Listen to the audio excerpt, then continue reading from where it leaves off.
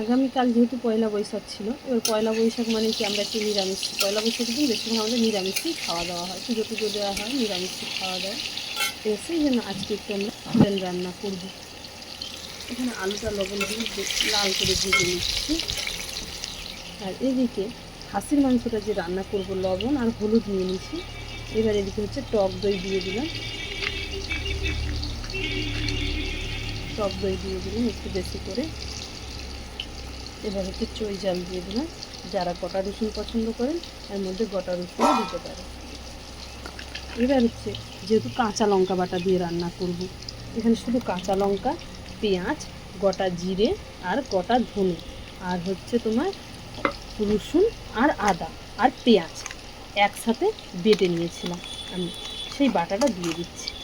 আপনাদের আগেই বলেছি যারা শুকনো লঙ্কা পছন্দ করেন বা গুঁড়ো লঙ্কা তারা এখানে দিবেন, অবশ্যই দেবেন। ভালো করে এটা কিন্তু আমি ম্যারিনেট করে নিচ্ছি। তো এখানে সামান্য একটু সরষের তেল দেবো, বেশি নয়, সামান্য দেবো। এই যে সামান্য সরষের তেল দিচ্ছি, বেশি দিইনি, সরষের তেলটা সামান্য দিলাম, দিয়ে ভালো করে ম্যারিনেট করবো।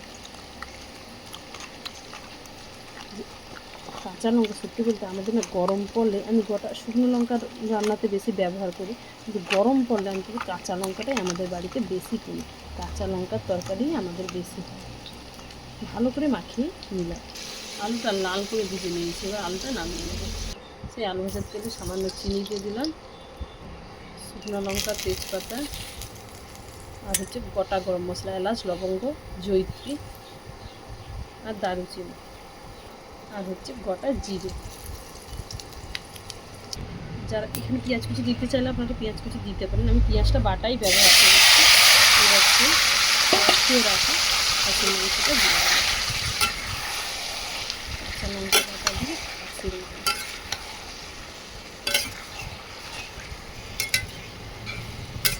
এবার এটা আমি ভালো করে কষাবো, সত্যি বলতে ঢাকা দিয়ে দিয়ে কষাবো।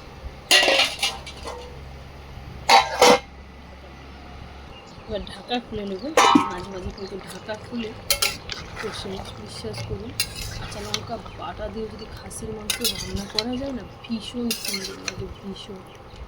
এখানে যারা গোটা রসুন পছন্দ করেন, এমনি গরম পড়েছে, আজকে কিন্তু গরম নেই আমাদের এখানে, আজকে সূর্য ওঠেনি, মেঘলা ওয়েদার।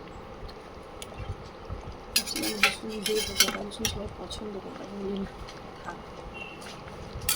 কাঁচা লঙ্কা বাটা দিয়ে দেখছেন তরকারিটাও কালারটা দেখুন। ঢাকাটা দিচ্ছি। এদিকে রান্না করতে করতে পাট শাকগুলো বেছে নিচ্ছি, দেখুন কি সুন্দর পাট শাকগুলো। এবার আমি আবার ঢাকনাটা খুলে নিচ্ছি, তখন কিন্তু ঢাকনা খুলে খুলে অনেকবার করে শাকটা আমার বাছা হয়ে গেছে, এর মধ্যে কিন্তু পুরো সিদ্ধ হয়ে যাচ্ছে। ঢাকনাটা দিয়ে রেখেছি, বেশি কামাতেই করবো। ভেজে রাখা আলুগুলো না দিয়ে দিচ্ছে, আমি আলুগুলো এবার একসাথে কষা হবে, সময় লাগে। এরকম এই যে জল বেরিয়েছে, এই জল দিয়ে এখন হয়ে গেছে একদম, এখনই দেখুন একদম সিদ্ধ সিদ্ধ ভাব হয়ে গেছে।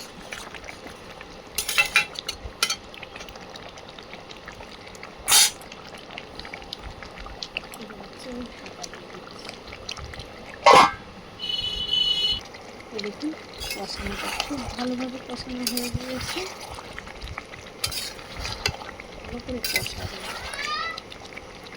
এবার এখানে হচ্ছে আমি সামান্য জল দিয়ে দিচ্ছি, যেহেতু গা মাখা করবো, আপনারা যদি ঝোল ঝোল করতে চান ঝোল ঝোল করবো।